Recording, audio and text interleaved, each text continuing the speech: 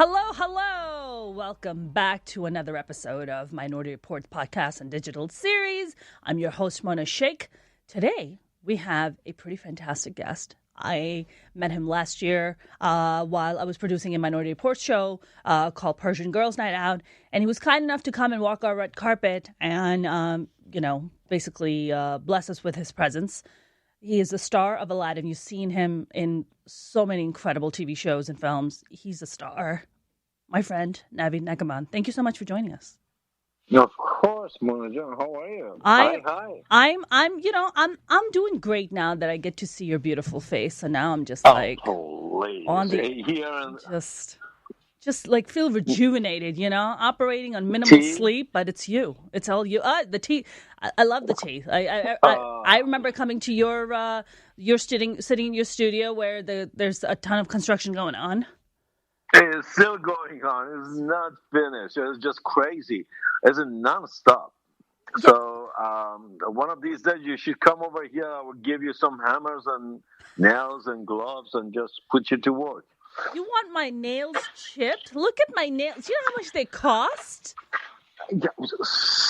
Oh my gosh, I'm so sorry. Okay, now you can come here and kind of, how do you say? Make you tea? I'll make you chai. How about I make you chai? Oh, I love the chai. That's fantastic. That's good. Just the chai. I'm coming over just to make the Yeah. chai and then watch you do like manly stuff. I grew up with four older brothers, so I did a lot of manly stuff growing up too. But I just now a lot of my estrogen is kicking in, so I just try to do a lot more girly shit than usual.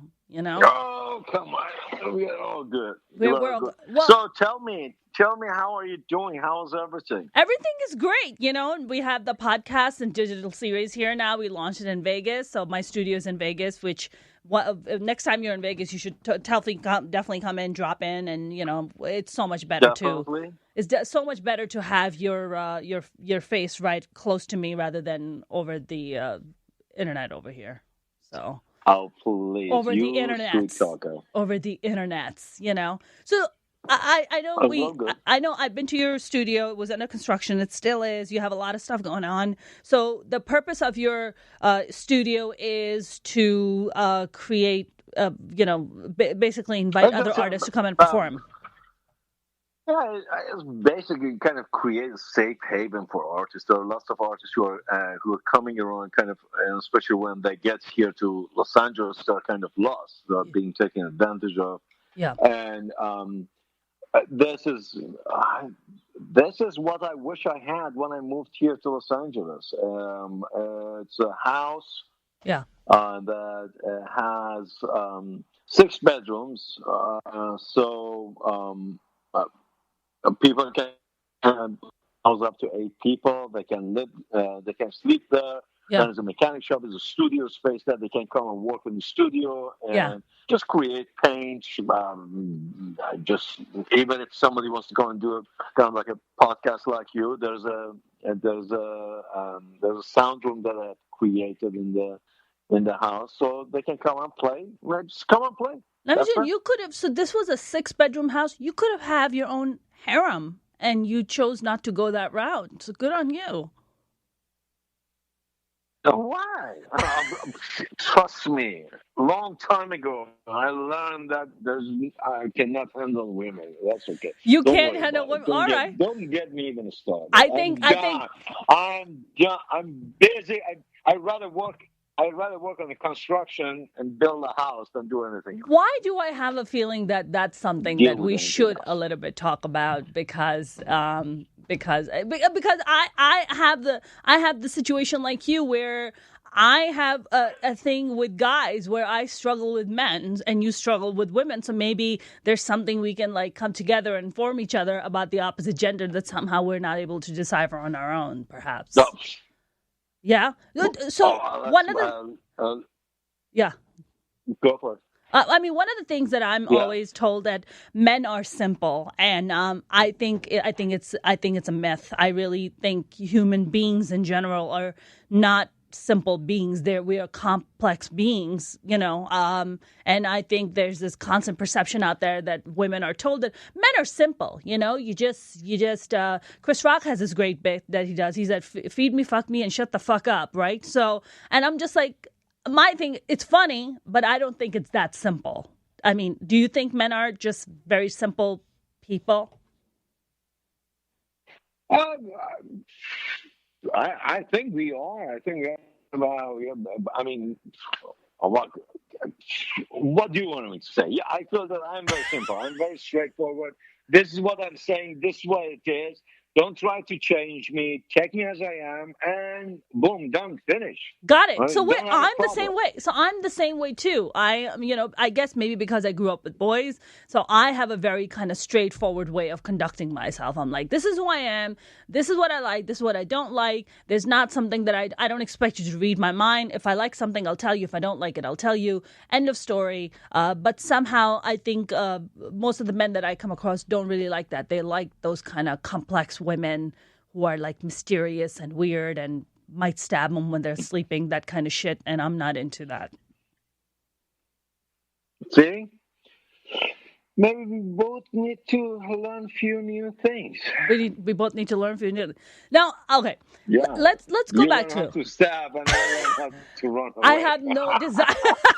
No desire to stab anybody. I don't want to. I mean, in my mind, I have to a few people, but never in life. I wouldn't do it. Can we talk a little bit about being these two brown artists? I'm a stand-up comic. You are an amazing actor. I mean, when you moved from Iran, how old were you? And also, like, how many artists like of your background were there when you moved out to Los Angeles? I left Iran when I was 20, but my path was a little bit different. I went to Turkey, from Turkey to Bulgaria, and then from Bulgaria to Germany, and I applied for asylum in Germany. I was in a refugee camp. So for me, just to be processed and going through the whole, because they had to process you, and then they would house you in a specific city, so you have to go there. And for me, it just happened to be Kaiserslautern in Germany, and they had a huge theater company called Rheinland-Pfalz Theater, where I started my career. And even when I was there, I think I was the only Iranian guy in the whole theater world in this company, Kaiserslautern.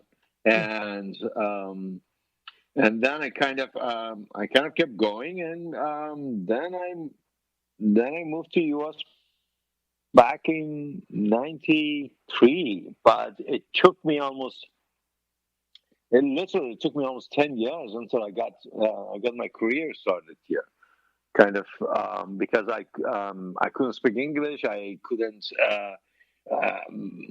and to them it was kind of funny, because when I was in Germany, nobody cared where I came from. As long as I was able to create the illusion, as long as I was able to portray that character, it was okay, no problem. But then here in America, it was just kind of, oh, okay, the way that you look, that's a role that you can play. Right. And it wasn't about my ability; it was more about my look. And it took me a while till I was able to break that barrier, or jump that hurdle, and be able to do what I can. So it's still a struggle, but I think it's changing. I mean, do you like the amount of barrier, the barrier you were just referring to, like when you started out? Do you feel like because of artists like yourself, who are, I would say, pioneers and the first like trailblazers who came in the beginning, have paved way for people like me to get kind of up there and have the kind of roles and breaks? Yeah, maybe honey, I don't want to take credit for that. You should. Why not? I mean, because trust me, you're not sitting behind that microphone just because you are brown. You're sitting behind that microphone because you were talented, 100%, because you were different, because you were somebody who they have never seen before. They have never seen a woman like you who can come and is so outspoken and making fun of herself and her whole generation and the whole family and your background. See, then I take my hat off for you because you did it yourself. I didn't do anything for you and your career. And Well, that's very kind of you.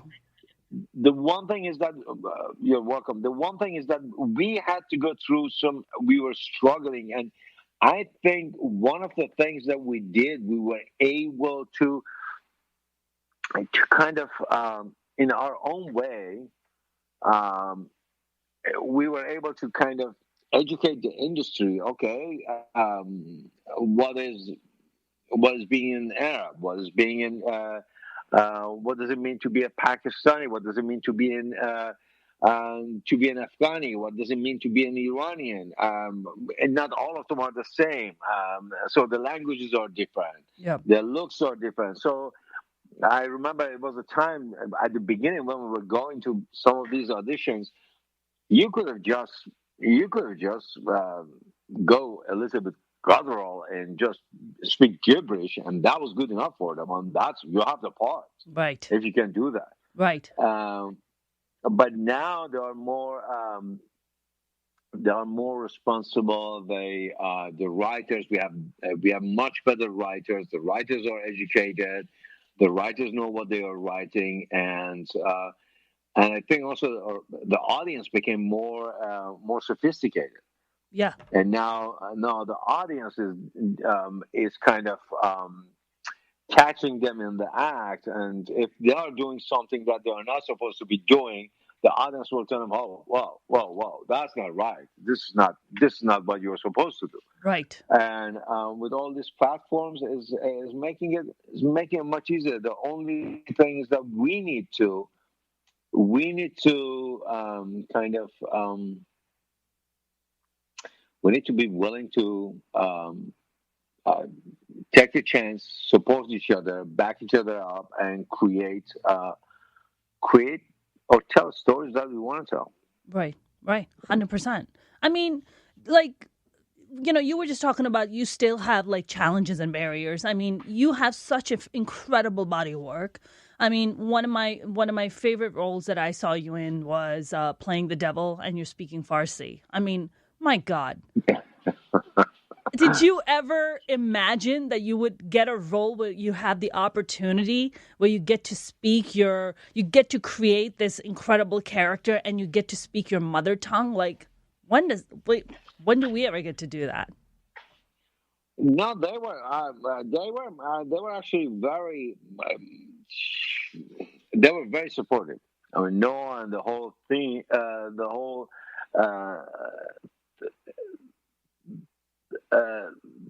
theatrical aspect of the character, and how he allowed me to kind of shape and morph the character the way that I wanted, as long as they're following their guideline.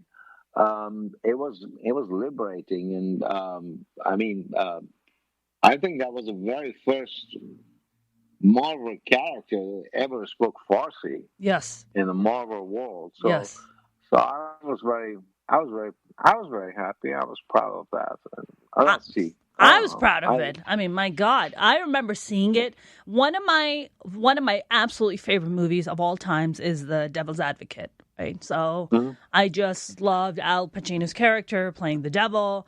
And I often wondered what it would be like if it got turned into a TV show in current setting and everything that's happening in the world now, where the devil is basically seducing these people in power to come and switch teams and be on his side. So if they ever make that, I think you should play that role. You should play that role. No, let's do that together. Why? Why are we waiting for them to do it? You want to do the movie, write the script, then let's do it. Let's do it. I'm talking about a TV show. I'm talking about a TV show where you get to play the devil who gets to speak Farsi and other languages. Let's do it. No, I'm here. Start right here. You have the platform. You have the podcast. Start from your podcast. We're gonna do it. We're gonna record it, and that's what it is. We're just gonna post it and then see what's happening. It Okay. doesn't matter how you tell your story. Is what's right now. Yeah. Right now, one of the things that I remember were those late night kind of late night radio dramas that we used to listen to. I mean, we used to fall asleep by listening to them. Yeah. And they were just the stories that bunch of actors are coming and they're telling the stories. Or it was a lady who, my gosh, it was an older lady when I was back home. She had her own radio show, and she would come and sit and tell us these stories with her warm voice, and it was just, why not? Maybe you can do something like that. Okay. Let's add another 20th thing to my plate. Let's do it. I'm down for it. While you're constructing, I can. While you're doing the construction, I can just walk around behind you and just we can start writing dialogue and start writing the story out.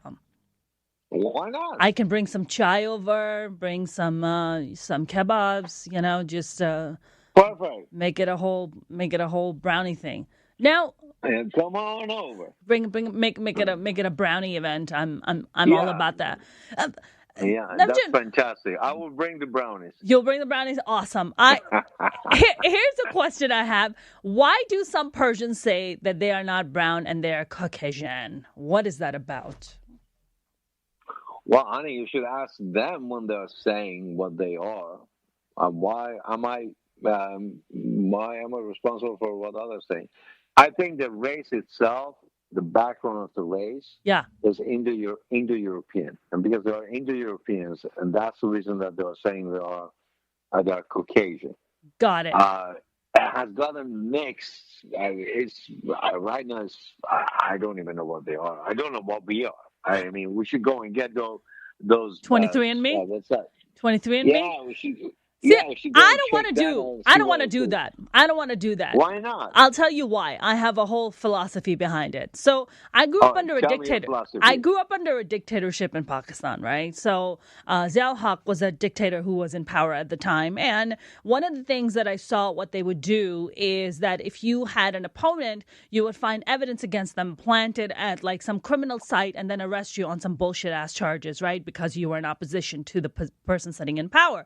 So now, given the current climate that we're sitting in, 23andMe, the government can easily go and access that information. If it's the U.S.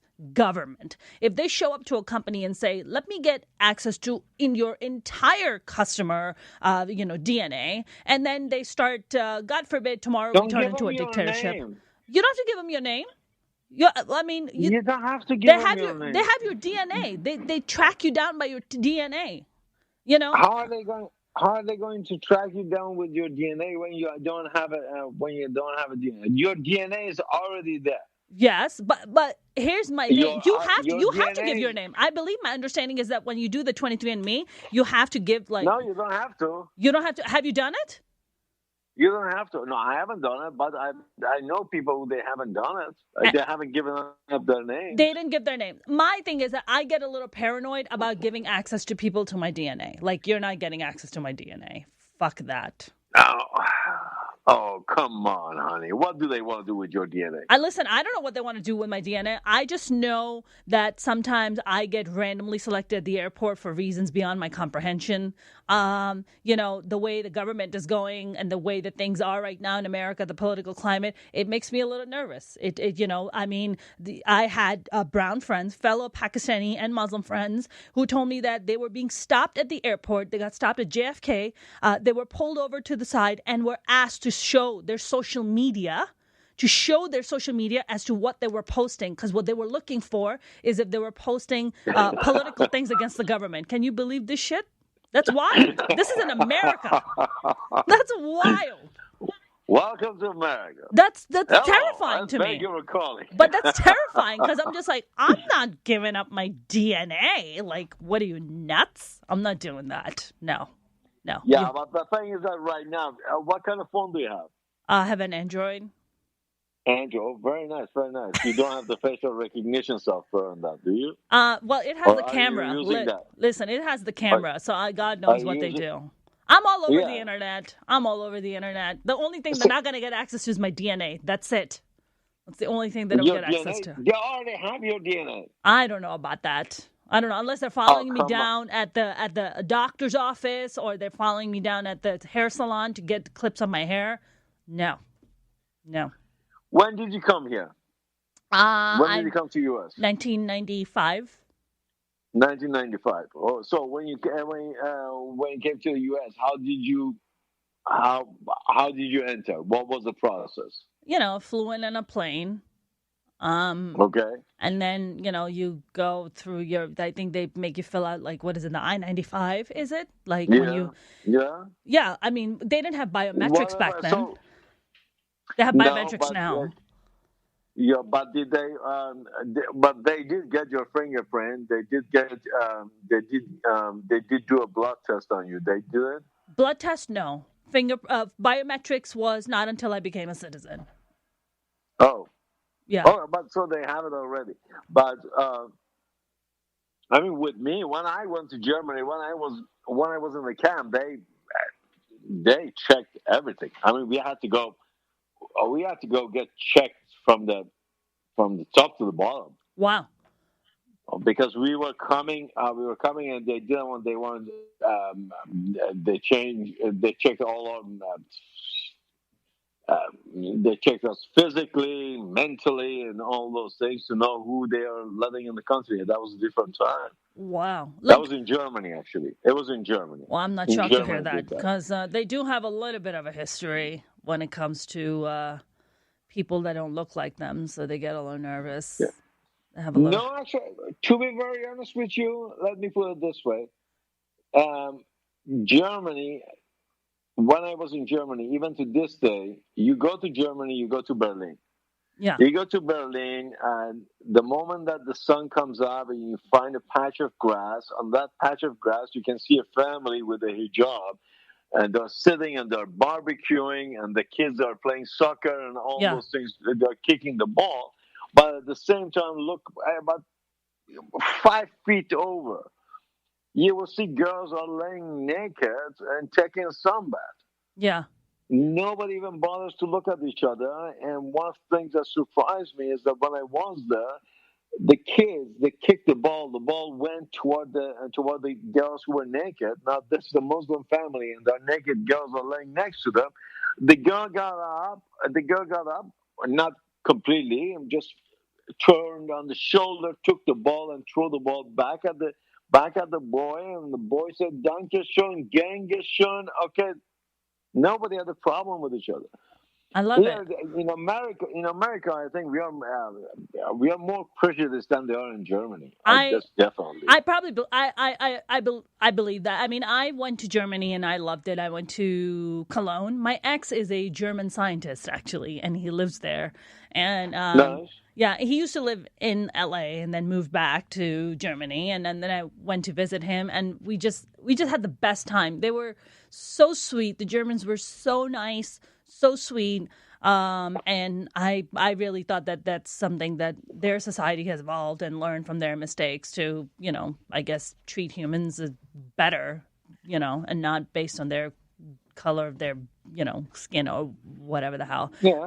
But yeah, the food though, I can't get down with the food though. I don't know about you. I can't get down with the food, man. They don't know what they're doing. I'm sorry. The Depends. sauerkraut, Depends on you where lost you are me. going. You lost me at the sauerkraut. Depends on where you are going. Wiener Schnitzel, I'm good. I'm good on the Wiener Schnitzel, man. I'm gonna pass on that. Thank you, though. No? Nah, that's not my jam. Give me some kebabs. Give me some spicy food. Like I can't even swallow my food if it's not spicy. I can't. You and I went to. We went to what, Shamshiri? Every corner, there's a doner kebab.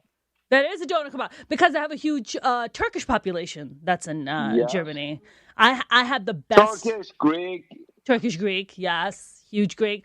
I remember my ex loves Pakistani food, so one of the requests he had was when I show up to make him Pakistani food, right? So I'm like, hey man, I can't be cooking like this German meat that you have. It's just not going to work. You need to take me to a Turkish neighborhood where, it's more halal and stuff like that. Not that I eat halal all the time, but it's, it's just the meat is just better to cook.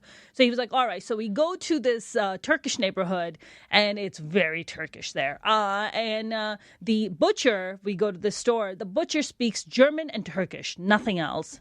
So I'm just like, how am I going to communicate this to? So I'm talking to my ex, and I'm telling him, his name is Greg. I'm like, Greg, can you tell the gentleman that we want some ground beef and we want some lamb chops and some chicken breasts, and they were just so sweet, so nice.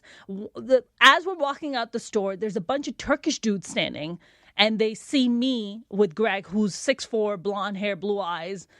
And they were like angrily like mean mugging me. And I was like, dude, I'm not even Turkish. Like, you have no claim over me. What are you getting upset at? Like, we don't even know each other. We don't even come from what are you talking about? You come from a different part of the world than I do. So that was very interesting where these guys were That you're finding that this is a little bit, and that's stupid mentality. I mean, if they find if you see a Turkish guy is walking around with a German girl, everyone gives you a thumbs up. Oh, good. Oh, wow. Good. But Oh, you if did there's a good. Turkish girl walking with a German guy. Of course. What are you doing? Of course. Sister. The hypocrisy. The hypocrisy. Yeah. The total hypocrisy. No, I loved walking in with a 6'4" German blonde hair, blue-eyed dude, just to be like, ha! We can get him too. We can get him too. Yeah.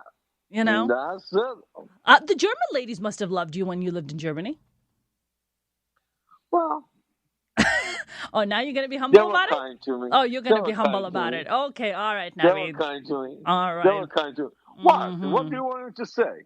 Yeah, listen, I was hot shit. They were like clamoring all over me because I was like this, this exotic. No, actually, it wasn't like that. I was like a goofball. I had a full set of hair that my hairline was all the way down here. Yeah. And curly. They must have loved that. I was a little bit different. I had a big mustache that goes down. Wow. So like a handlebar mustache? I was the exotic. Yeah, it was the handlebar mustache. I was like one of those. Exotic animals that they need to come and look at. Exotic animals. Check it out. I was an exotic animal too when I got here, so I feel you. Oh, yeah, the ones that. Very, very. It was good. I had my first share. It was very nice. Yeah, I mean, it gave me a chance to kind of explore the world. Yes, of course. Now, when you were from, you said you were 20 when your journey started. Like, I think you and I have personally kind of like privately talked about, what that was like. I mean, you're like breaking away so much for tradition. I mean, for girls, it's like that extra layer of being a woman. But even for a guy to come from a, conservative kind of a, culture or tradition and to break away from that, like what was your family like? What was your siblings or your parents? Were they, what did they say when you were like, I'm going to become an artist? Like, I'm going to leave the country and I'm going to just live my own life and do my own thing. I don't know. For them, I mean, for them, they thought I'm just playing. I'm just playing and, okay, I'm going to get out of my system and I will be back there and everything is going to be okay. Interesting. It's a hobby? Like it's a hobby. You're just messing around. Yeah, they thought it was a hobby. Okay, let them explore it. But when I left, I never forget, my dad told me you're going to be back in 6 months when I left.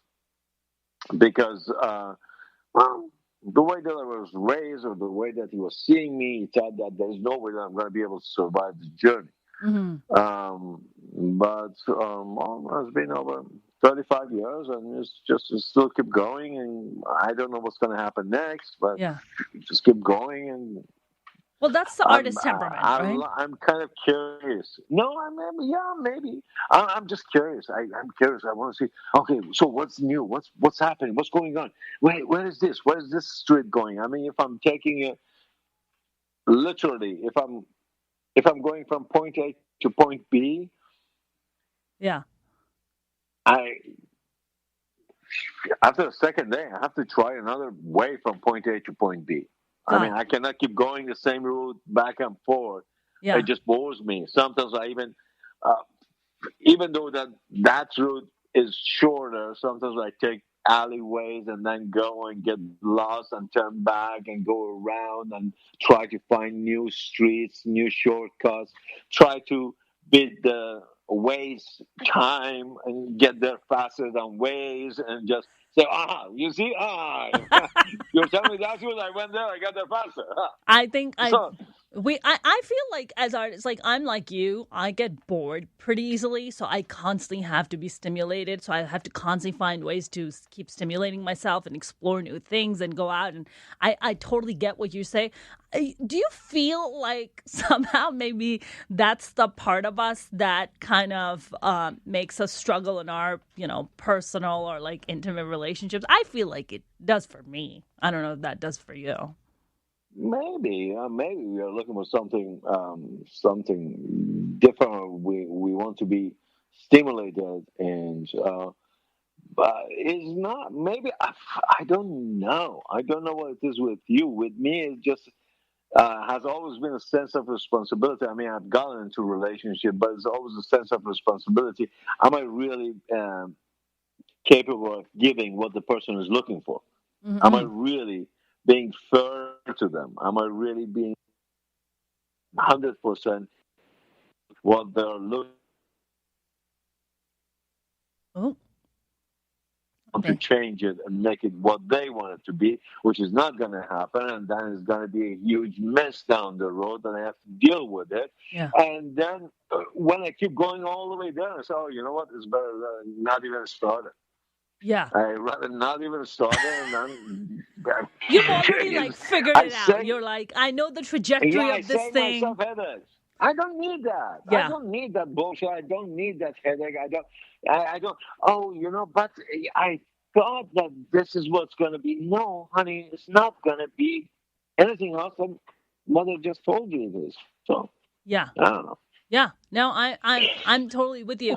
I feel like Now you're getting me in trouble. no, I'm not getting in trouble. This is a very real and a very honest conversation, which is exactly what I strive for every single time that I have wonderful guests like you on, because I feel like a lot of people always kind of go on the surface and kind of talk about careers and stuff like that, and that's great. And I do want to talk about that, but I feel like it's like that human side that we, as artists, that I guess the people don't really maybe sometimes get to see. So, which is the part that I strive to get to myself and even for my guests. I mean, for me, like pain is a huge driving factor for me. Pain and Mhm. trauma. How, is that the same for you? Yeah. Yeah. But at the same time, I don't want to. My thing is that I don't want to cause pain. You don't want to cause I pain. Yeah. I don't want to create drama. I don't want to deal with the drama. Yeah. I deal with the drama just when I'm in front of the camera. I'm very simple. I'm very easygoing. I don't want to change you. I don't want you to change me. Yeah. If you're supposed to enjoy each other's company while we are together, that's what it's supposed to be. If not, I don't have to force you to be what I want you to be, because when I met you, Yeah. I liked what I saw, therefore we started talking. If Yeah. I want to change you, then you're not what I saw and I liked the first time, and that's something that the people they don't understand. Oh, I saw you doing that, but I think this is better if you do it. I have to save you, and this is how you need to behave. I mean, you can give me suggestions. You don't have to change me. Right. Let me be. That's interesting you said about the saving part. I was a rescuer for the longest time. I've always been in relationships where I always have to rescue or fix the broken person. And, after 13 years of therapy, I have finally figured out why that is and why I was trying to do that. I grew up in a family. I have, like I mentioned, I have 4 older brothers. My dad had a really bad temper. He was, not exactly in his right state of mind. Very successful guy, very smart guy, very ambitious, pretty fantastic guy in that sense. But like when it came to family and personal stuff, he just had a lot of issues. He could get very, very violent. He used to be very violent with my mom. He was very violent with me till I was like 15. So for a girl, when you had that kind of a broken or a fucked up relationship with your dad, you're just kind of trying to fix that subconsciously for the rest of your life with every man that you're going to meet. And I think I've been trying to do that for such a long time. And it's taken me 13 years of therapy to finally kind of get to a place in my life where I'm just like, okay, I understand. I no longer consciously want to be with somebody where I have to rescue them and I have to save them. Do you feel like you also have like that rescuer thing where you have to rescue people or save people? Like, do you have that? Yeah, I think I had it, but it wasn't about say. I don't know. It wasn't that much about saving. Or maybe it was about saving. I would end up there, and I would say, okay, if somebody needs to lean on me, I'm strong. I can hold it. That's okay. Let them lean on me to feel strong enough so they can stand up on their own. I personally I like strong people. I like people who can stand on their own 2 feet, and um, they believe in their own self worth, who Yes. they are. It Yes. doesn't matter what they are. It Yeah. doesn't matter what they do, as long as they respect themselves for doing what they are doing. I'm happy with it. Right. But the struggle has been that sometimes you are see. I never mind. I didn't mind to be used Hmm. if somebody's benefiting from it, but as long as I was the one who was giving. But the moment that they start taking, and then you feel drained because you gave them what you could, and then now they start sucking the last drops of your blood. Then so whoa, oh whoa, I gave it to you. Yes. Be happy with what I gave you, Yeah. and just generate it for yourself. Now you can generate that. Now Yeah. do it yourself. Yeah. I don't have to do everything for you. Yeah. So I so that is a struggle a little bit. Yeah, no, I totally am with you. I mean, Yeah. I know that like a lot of my guests that come here and we talk about this quite a bit about how pain and trauma drives them. So I think that's one of the key factors as artists, like how it's also a lens. It's basically a lens that we have that how we see the world. Right. This is the way everything goes through that filter. Everything. Right. Yeah. Every Yeah. single day, as an artist, as people, everything kind of goes through that. Now, you were, by the way, I finally did get a chance to watch Aladdin, and you were magnificent, Thank you. as you are Thank in you. everything. You're Oh, amazing. please. You're being kind. You're Thanks. wonderful. I did love the fact that how you play a much older. The Sultan is what is he in his 70s and 80s?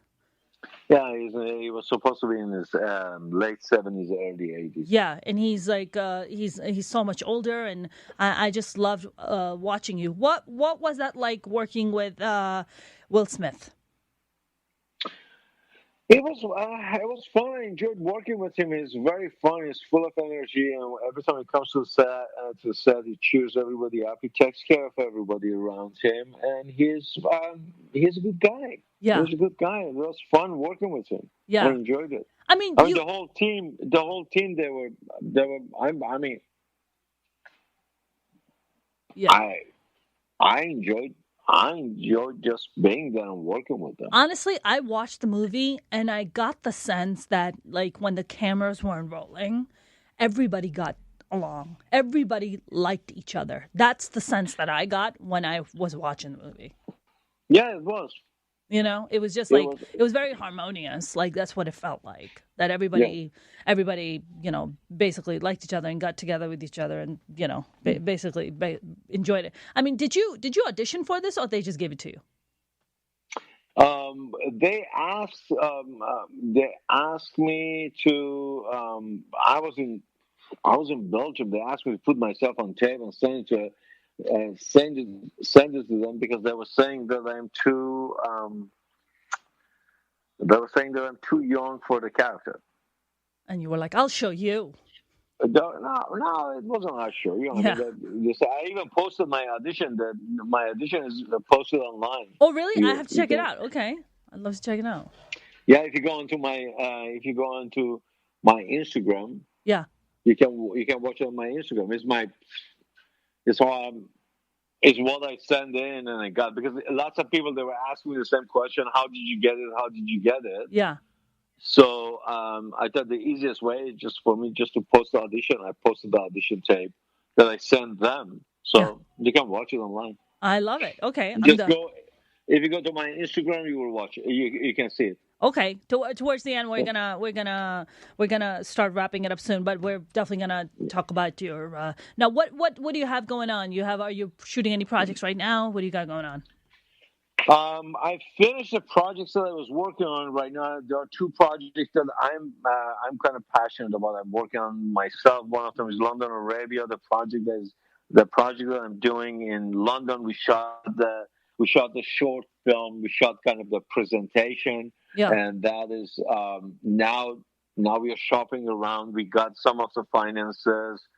Um, And it's called London so of Arabia or Lawrence of Arabia? no, London, Arabia is about the immigrants, about the people in Edgware Road, how they are being treated and how they are being looked at. Hmm. And in reality, when you look at them, you see that these are the people who made Edgware Road, Interesting. who made the industry or the business Yeah. And booming there, and now they are being cut out of it. Now they're being sent, kind of they're being pushed out, yeah. What's and that's the movie that we are working on, and then awesome? it's been good. It's been very good. I met some very interesting people, inspired by some true events, some true characters. Yeah. The characters that we were interacting with, and they treated me so kindly. They took me into their homes, into their restaurants, into their shops, and they just wanted to show me who they really are and how they are being treated. Wow. And it was sad. I enjoyed meeting with them. The film came out good. We are hoping to shoot the feature film in sometimes in end of July or beginning of August. Got it. Awesome. Well, congrats. And That sounds pretty thank fantastic. you. What's your role? What role do you play? I'm playing a character called Mo. This guy moved to Mo, as in London. Muhammad Mo? Yeah, is no, that's his name. He moved to London after the first war that happened in Iraq, and he has lost his whole family. Now he's there, and he has this basically kind of like a center for all these immigrants that they come over there. As a restaurant, it's one of the hottest restaurants there, Wow. and that is That's, that's the story. That now they're trying to come and take that restaurant away from him, and huh. how he's fighting the corporates, the Yeah. bigger corporates, to save it. That's basically that's the story.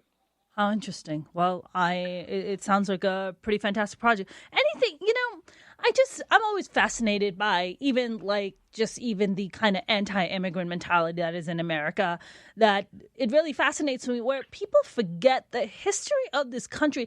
Like, the immigrants are the one who made this country. Like, how could you be anti something that made the damn country? Like, how does that work, man? Like, what?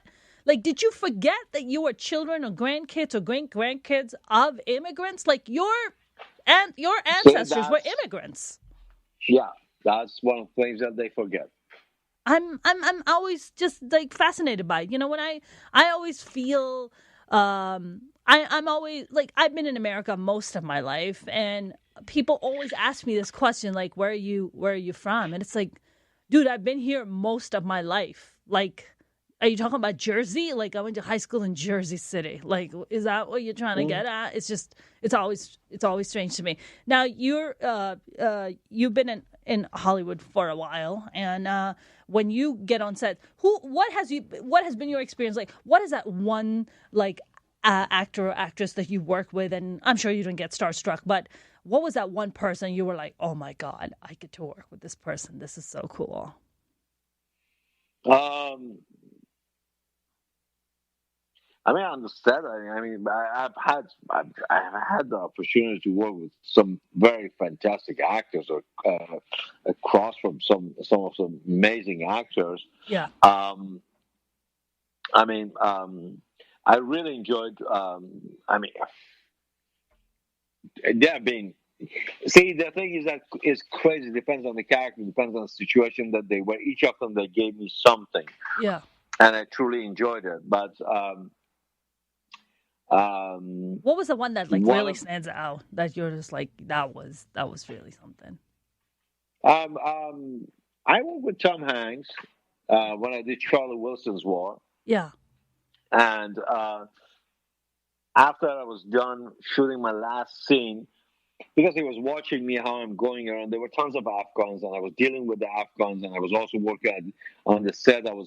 My character was a translator. At the same time, I was also helping, dealing with the other Afghans and translating. Yeah. Translating for them, because there were lots of Afghans that they weren't speaking English, or they couldn't understand. So my character was a translator. At the same time, I was also translating. I was also trying to translate. Got it. Because they speak Farsi too there. They speak Dari and Farsi. Yeah. Dari. Yeah. Dari. So you speak Dari? I was there. I speak Dari. So so Tom Hanks saw how I'm dealing with the people, how I'm hugging everybody and kissing them, and everybody who comes up to me, I hug them, I kiss them on both cheeks, I ask them, "Khub hasti, chator hasti, salamatin." So I calmed them down. Yeah. And when I was done, I never forget the last when I shot my last scene. And then Tom came up to me, he hugged me, and he kissed my both cheeks. Oh. And he says, "That's how you do it, yeah?" Oh. I said, "Yes." And it was a joy for. And this man, we was walking around. Whoever would walk up and talk to him, and he would sit and spend time with them. He was very kind to them. I really enjoyed working with him. Oh, lovely. He's just one of those stars, that has been around for so long. Never had a scandal. Never had anybody say anything bad. Nothing. Like, he's just so magnificent. Tangerine, yes. Virtual tangerine. You want tangerine? Thank you. I'm virtually eating it right now. Thank you. You can eat on my behalf. Delicious. I'm so sorry. No, so please eat away. We are actually going to wrap up. This has been so lovely. Thank you so much for joining us. And I know we had a bit of a challenge where you were going to sit, but we figured it out. This was really lovely. This is me. This is you. This is me. There is no glamour. There is no fancy chairs, fancy light. This is me. Navid, can I just say, I meet so many. I meet a lot of awesome people because of stand up. You are one of those very special people that I've met who has accomplished so much, and yet you're so down to earth, and you're the real deal, man. You're an OG. So I appreciate you and everything that you do, and I keep wishing you so much success, and keep doing bigger things. And thank you so much for being so awesome and being so down to earth. Now do you have your social media you wanna give us where we can follow you? Well, just Navid Neghaban. On all of them is Navid Neghaban. That's Navid Neghban. Yeah, there's no other Navid Neghaban than the one sitting in front of me right now. That's great. Yeah, some of them you will see couple more there, but no, mine should have a check mark on the side. You will find out which one is real, which one is not. Yeah. But they're not as handsome as you, so there's that. And the center, Yeah. the center is Romani Studios. Yes, which is Romany, right? Romany Studios. Yeah, Romani Yeah. Studios. Yeah. That's on Instagram, and please follow us and check it out. See what Awesome. we are doing. Yes, please. Please And follow hopefully, Navid. when it's finished, we're gonna have a grand opening. Everybody can come over, and whoever wants to come in between, whoever wants to come and help, Yeah. please. This is yours. Come and join forces and help me to finish it. I'll do you one better. Sure. How about I show up and do some stand up and maybe bring a comedian or two with me to come do some stand up for you guys. How about that? I will love that. Yeah? I will love that. I'm down. I will love that. I'm down. Let's do it. I will love that. Thank you so very much for joining us. I adore you. Thank you. Thank you, honey. Thank you. You guys have a fantastic, fantastic day. Thank you so Lots much. of You love. too. Thank Bye. you. Lots of love to you Bye. too. Take Bye. care. Bye. Bye. That was the amazing Navid Neghaban. This was honestly one of my favorite interviews. He's just so awesome and kind. And before we wrap up, please do not forget to subscribe to our channel on YouTube. Don't forget to follow us on Spotify, iTunes, Apple Podcasts. I will see you next time. I'm your host, Mona Shaikh.